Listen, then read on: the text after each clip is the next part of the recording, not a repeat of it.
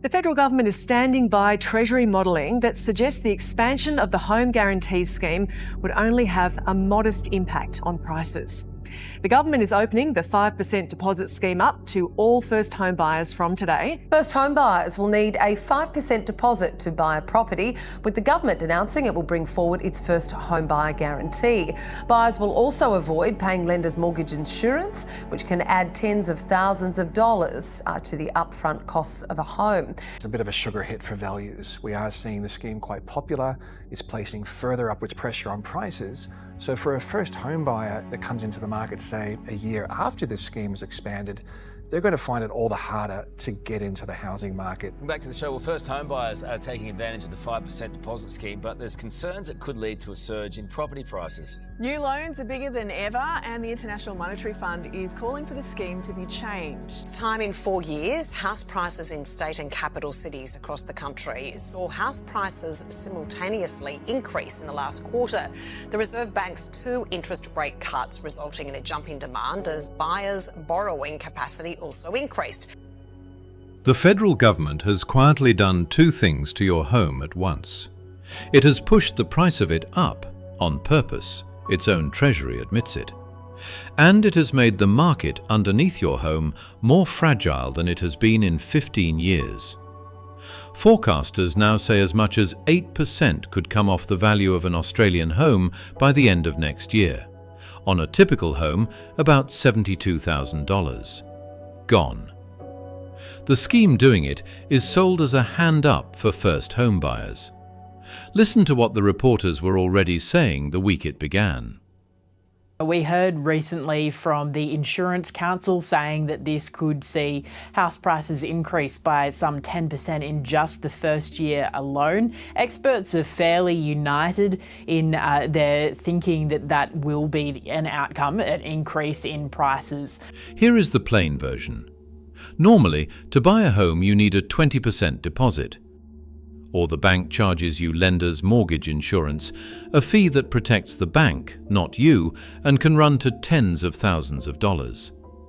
From the 1st of October last year, that changed for first home buyers. You can now buy with a 5% deposit and skip the insurance. The government guarantees the missing 15%. No income limits, no caps. They called it the 5% deposit scheme and sold it as the answer to the crisis. They also said it would barely touch prices. Treasury put it at half of 1% over 6 years. The Prime Minister repeated that the day it launched. Here is one of the country's most respected economists asked whether it holds up. The government has conceded that it will push up house prices, it says, by about 0.5%, which is somewhere between $4,000 and $5,000 for a house or unit in most of Australia's major population centres. I suspect it may end up pushing prices by more than that. $4,000 to $5,000 on the government's own numbers. But Eslake's real point is bigger, and it is the whole story in one line. Anything that lets Australians spend more on housing makes housing more expensive. Not more affordable, more expensive. He is not guessing. Australia's home ownership rate has been falling on and off since the census of 1966, the first census after the first of these schemes was introduced. 60 years of help, and fewer Australians own their home than before it started. You want to know what that feels like on the ground? Here is a townhouse auction in the south of Brisbane, listed under $1 million. Yeah, we're happy. We're just glad to be able to move here. Pretty insane, a big competition, but yeah, went for a lot more than what expected. That's crazy. A townhouse advertised under $1 million sold for more than $1.25 million. 2 young couples bidding each other up in a suburb that was affordable a few years ago. 5 years back, its median was $555,000. Now it is $1.3 million. That is the scheme working as designed. More buyers, with bigger checks, chasing the same small number of homes. You do not make homes cheaper, you make the auction louder. The people who measure prices for a living have a blunter word for what that does. But what it's doing is a bit of a sugar hit for values. We are seeing the scheme quite popular. It's placing further upwards pressure on prices. So for a first home buyer that comes into the market, say, a year after this scheme was expanded, they're going to find it all the harder to get into the housing market. It's done nothing to address the underlying challenges of affordability. A sugar hit. It feels good for a moment, and it leaves the next person worse off. The first home buyer who uses the scheme this year gets in. The one still saving, your son, your daughter, your grandkids, comes back next year to find the price ran away again. And there is a second problem underneath, and it is the one that should worry you as an owner. To buy with 5% down, you borrow the other 95%. A very big loan on a very thin foundation. Here is a money expert on what these buyers are actually signing up for. Because when you're borrowing 95% of the property price, you have to take out a bigger loan. So it's helping people get in the market, but it's also putting them into more debt, quite a bit more debt than they probably would have been otherwise. More debt than they could otherwise carry. Now sit with the structure, because this is where it stops being a young person's story and becomes yours. The guarantee does not go to the buyer, it goes to the bank. When a buyer with a 5% deposit cannot pay, the government covers the shortfall, and the government's money is your money. In the 4 months after the scheme expanded, the government wrote almost 23,000 of these guarantees, a jump of 75% over the 4 months before. So you have been quietly signed up as the backstop for tens of thousands of 95% mortgages taken out at the very top of the market. What it means is that income limits and price limits will be removed, meaning more people can access this scheme, and that the property price cap will also be increased to allow people to purchase a broader range of property across the country. A one-way bet. If prices rise, the buyer wins. If prices fall, you, the taxpayer, pay. The government has built a machine that only stays safe as long as your home keeps getting more expensive. That is not an accident of the design. That is the design. And you can already see it working, split cleanly down the middle of the market. Cheaper homes, the ones the scheme pays for, rose about 6.7% in 6 months, while everything above the caps rose 3.6%. In Perth, eligible homes jumped 18%. And the money is not just first home buyers. Investors made up about 40% of the demand down there, competing with the very people the scheme was meant to help. The debt is climbing just as fast. Over the 6 months, we've seen nationally homes that are ineligible for the deposit guarantee have gone up in value by about 3.6%. Homes that are eligible have gone up by about 6.7%. It's much different in different cities. $44,000 added to the average New South Wales loan in a single quarter. More debt strapped onto households at the very moment the Reserve Bank is raising rates again. The Reserve Bank's own Financial Stability Review flagged a sharp jump in high-risk, low-deposit lending to first-home buyers straight after the scheme expanded. Then, the International Monetary Fund, the body governments call in to grade their economies, looked at the scheme and told Australia, in writing, to change it. It said the scheme may contribute to price pressures and that it should be limited to new homes only. In the same report, it put a number on how far out of reach a home now is. A new mortgage swallows about 47% of a median household's income, and it takes roughly 11 years to save a deposit the old way. The scheme's answer to an 11-year wait is to hand you a bigger loan and hope prices behave. And here is the tell that this is a pattern, not a one-off. The 5% deposit scheme was not the end of it. 2 months later, in December, the government launched a second demand-side scheme on top. Help to Buy, where it takes a stake of up to 40% in your home in exchange for shrinking your mortgage. Another lever pulled on demand. Not one single house added to supply. Stack the schemes up and the direction never changes. Make it easier to borrow, never cheaper to buy. So people stop saving and start reaching.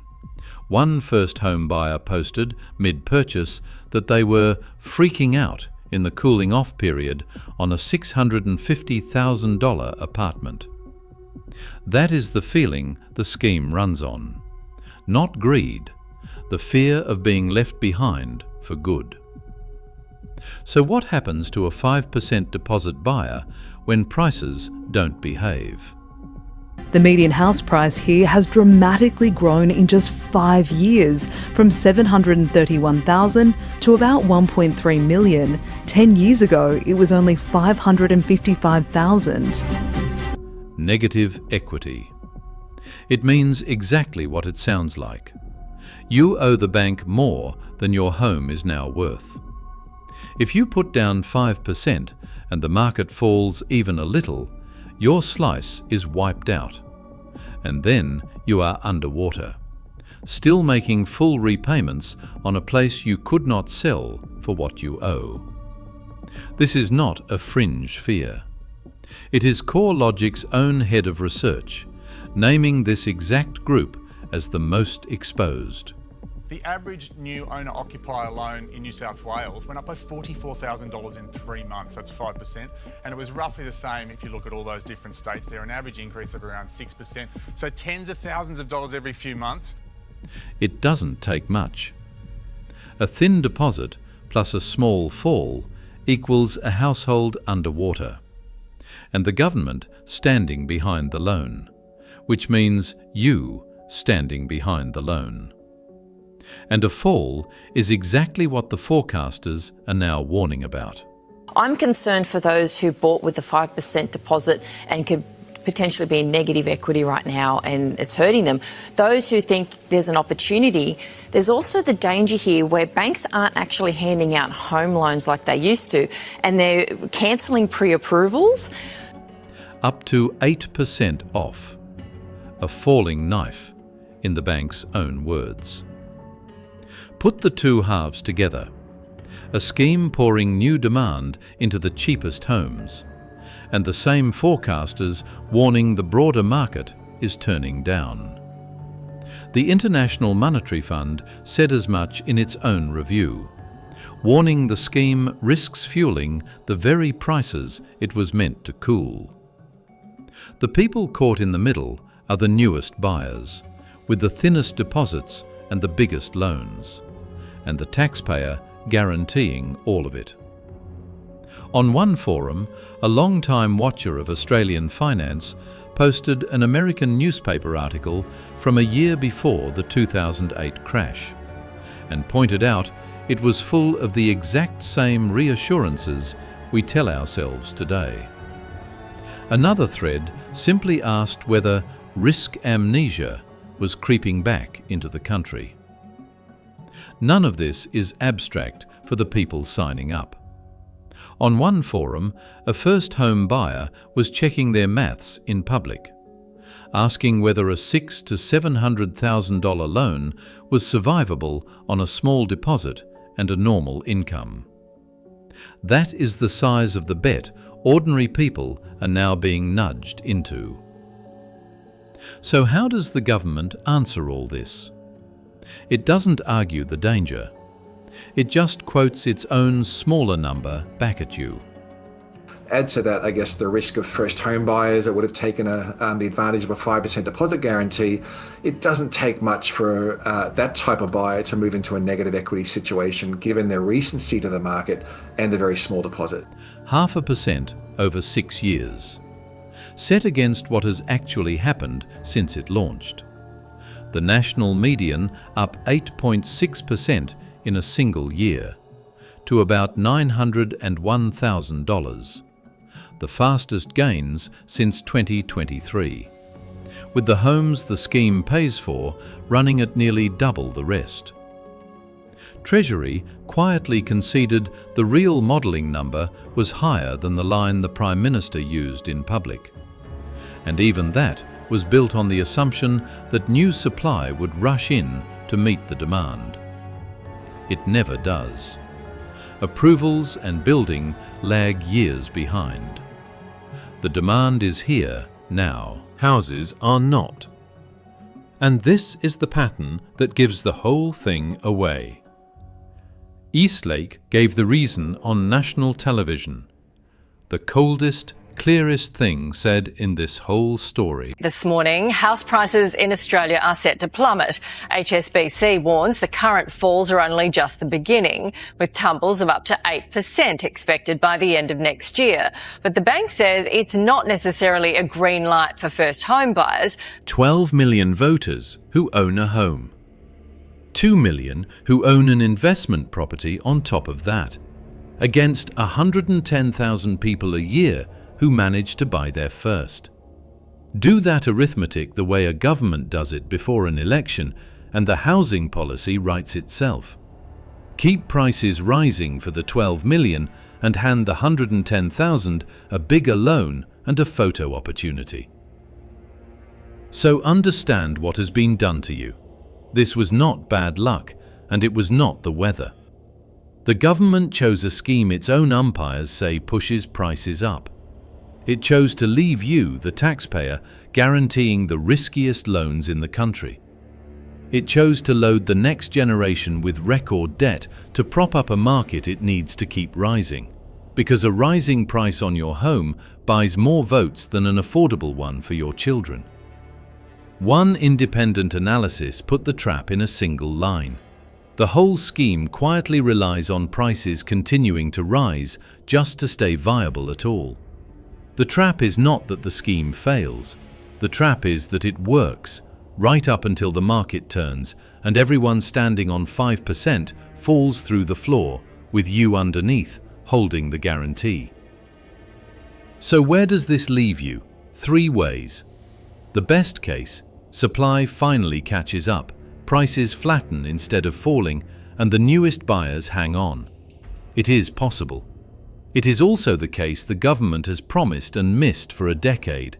Completions are still running near 180,000 homes a year, well short of its own targets. The realistic case.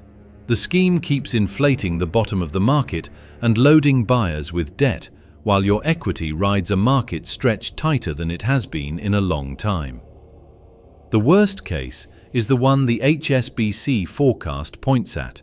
The broader market falls, the thin deposit buyers tip into negative equity, defaults land on the guarantee, and the correction feeds on itself. The exact contagion a fragile, over-leveraged market is built to produce, with the taxpayer holding the bill. So here is what to hold on to. The 5% deposit scheme was sold as a hand up, and for a few buyers this year, it is one. But underneath, it is a machine that needs your home to stay expensive, that puts your taxes behind other people's 95% loans, and that makes the whole market more fragile the longer it runs. It pushes prices up, the government admits it. It loads the next generation with record debt, and it leaves the newest buyers one small fall away from owing more than their home is worth. It does all of it because there are 12 million reasons at the ballot box to keep your home dear, and only 110,000 to make it cheap. So here is the question I want you to answer below. If a buyer with a 5% deposit went bust on your street tomorrow and your taxes covered the bank, would you call that a housing policy or a con? Tell me. I read every reply.